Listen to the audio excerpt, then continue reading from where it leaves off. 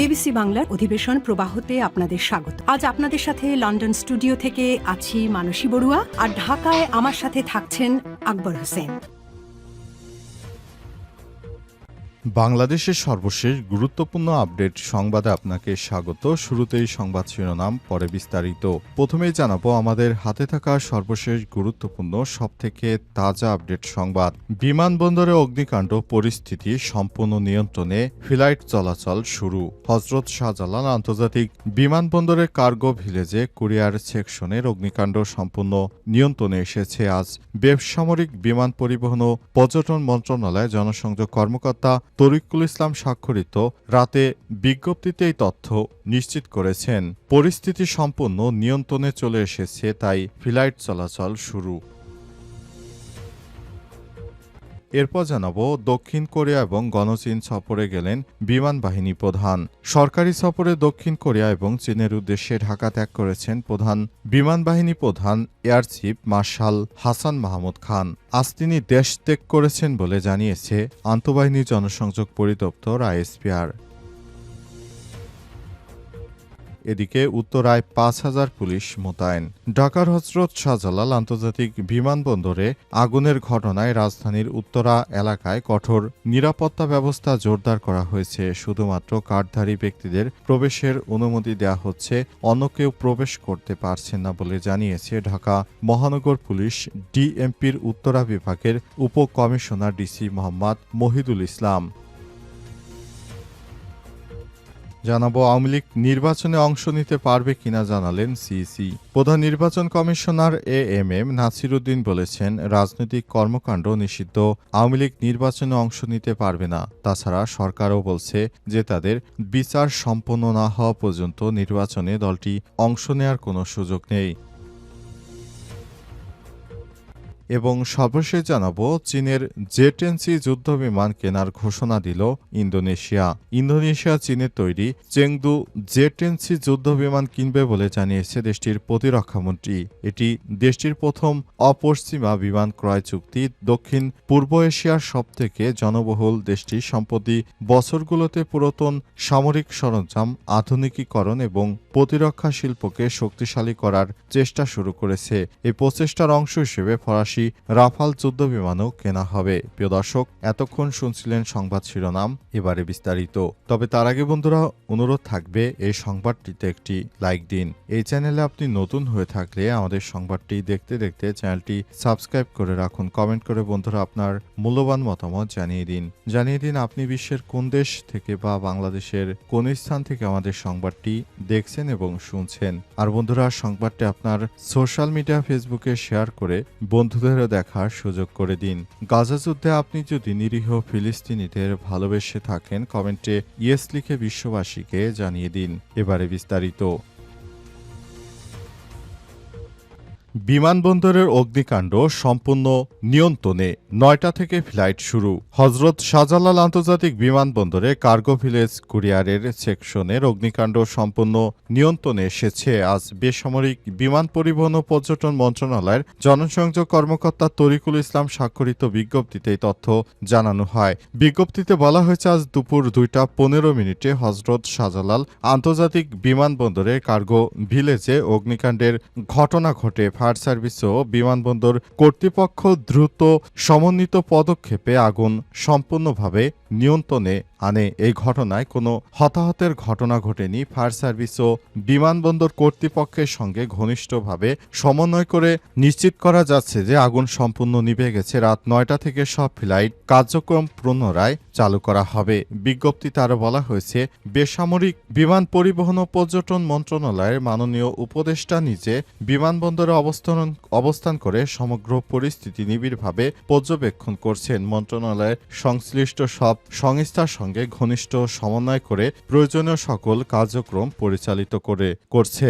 বিজ্ঞপ্তিতে আরও জানানো হয়, এই ঘটনার কারণ অনুসন্ধানে দ্রুতই তদন্ত কার্যক্রম শুরু করা হবে বলে জানানো হয়েছে। এছাড়াও অগ্নিকাণ্ডে উৎস শনাক্তে প্রয়োজনীয় পদক্ষেপ গ্রহণ করা হবে এবং যেহেতু শেখ বশির উদ্দিন একজন দক্ষ মানুষ, তিনি অগ্নিকাণ্ডে যে ধরনের ক্ষয়ক্ষতি হয়েছে আশা করা যাচ্ছে শেখ বশির উদ্দিন খুব দ্রুততম সময়ের মধ্যে বাংলাদেশের এই দুর্যোগকালীন সময়টি কাটিয়ে উঠতে পারবেন।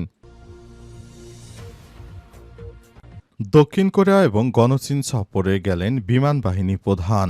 সরকারি সফরে দক্ষিণ কোরিয়া ও চীনের উদ্দেশ্যে ঢাকা ত্যাগ করেছেন বাংলাদেশ বিমান বাহিনী প্রধান air chief marshal Hasan Mahmud Khan. তিনি ঢাকা ত্যাগ করেন বলে জানিয়েছে আন্তঃবাহিনী জনসংযোগ পরিদপ্তর আইএসপিআর। আইএসপিআর জানায়, বাংলাদেশ বিমান বাহিনীর প্রধান দক্ষিণ কোরিয়ায় অনুষ্ঠিত সিউল আন্তর্জাতিক মহাকাশ ও প্রতিরক্ষা প্রদর্শনী 2025-এ অংশগ্রহণের জন্য 19 থেকে 22 অক্টোবর দক্ষিণ কোরিয়া সফর করেন। এছাড়াও তিনি chairman China national arrow technology import and export কর্পোরেশনের আমন্ত্রণে 23 থেকে 25 অক্টোবর গণচীন সফর করবেন।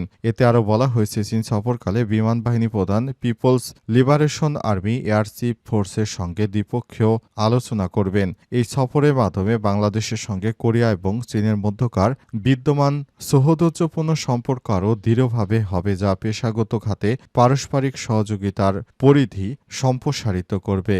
বিমান বাহিনী প্রধান সরকারি সফর শেষে আগামী 25 অক্টোবর বাংলাদেশে ফিরবেন বলে জানায় আইএসপিআর। এই ঘটনায় বিমান বাহিনী প্রধান বাংলাদেশের ভাবমূর্তিকে উজ্জ্বল করার চেষ্টা করছেন। রাজধানীর উত্তরায় 5,000 পুলিশ মোতায়েন। রাজধানীর উত্তরাতে 5,000 পুলিশ মোতায়েন করেছে সরকার। কারণ বিমানবন্দরে হঠাৎ করে অগ্নিকাণ্ডের ঘটনায় যেন বড় ধরনের কোনো বিশৃঙ্খল পরিস্থিতি তৈরি হতে না পারে, সেজন্য এই ব্যবস্থা গ্রহণ করা হয়েছে।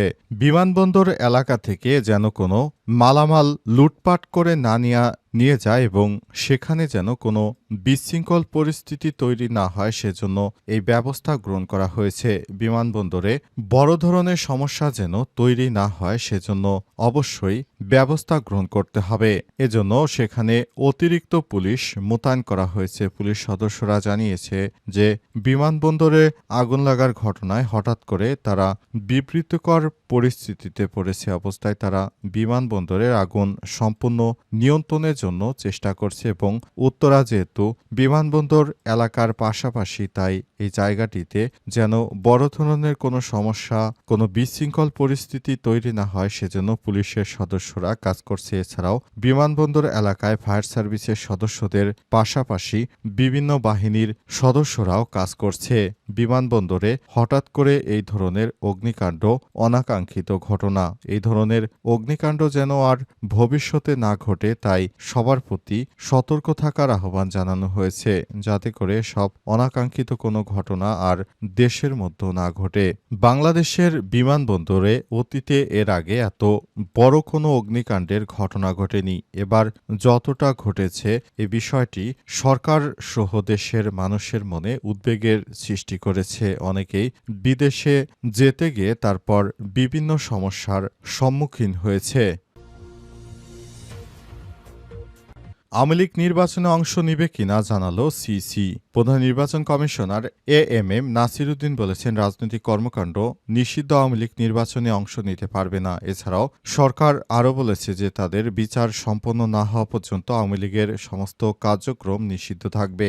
শেখ হাসিনাকে আন্তর্জাতিক অপরাধ ট্রাইব্যুনালে বিচারের কাঠগড়ায় দাঁড় করানো হয়েছে। অবস্থায় শেখ হাসিনা বিচারের কাঠগড়ায় দাঁড়ানো অবস্থায় বিশ্বের বিভিন্ন গণমাধ্যম থেকে জানা যাচ্ছে শেখ হাসিনার ফাঁসি হবে। আন্তর্জাতিক অপরাধ আদালতে শেখ হাসিনার যেসব অপকর্ম রয়েছে সেগুলো যখন এক এক করে সামনে আসছে এবং এগুলো সত্য প্রমাণিত হচ্ছে, তখনই শেখ হাসিনার বিরুদ্ধে সমস্ত রায় এক এক করে চলে যাবে। অবস্থায় শেখ হাসিনাকে আন্তর্জাতিকভাবে বলা হচ্ছে, জাতিসংঘের একটি রিপোর্ট থেকে প্রায় 1400 মানুষকে হত্যার জন্য শেখ হাসিনা দায়ী। এছাড়াও প্রায় 20,000 মানুষকে আহত করা হয়েছে শেখ হাসিনার নির্দেশের জন্য। শেখ হাসিনাকে ফাঁসির রশিতে ঝোলাবে আন্তর্জাতিক অপরাধ ট্রাইব্যুনাল। তিনি খুব দ্রুত সময়ের মধ্যেই ফাঁসির রশিতে ঝুলতে চলেছেন, কারণ এর আগে বাংলাদেশে এত বড় অপরাধের সঙ্গে কোনো সরকারই যুক্ত ছিল না। তাই শেখ হাসিনাকে নিয়ে এবার কথা বলতে শুরু করেছে তারা। আন্তর্জাতিক অপরাধ ট্রাইব্যুনালে শেখ হাসিনার মামলাগুলো শুনানির পরে খুব দ্রুততম সময়ের মধ্যে শেখ হাসিনার বিচারের কার্যক্রম আরও এক ধাপ এগিয়ে যাবে।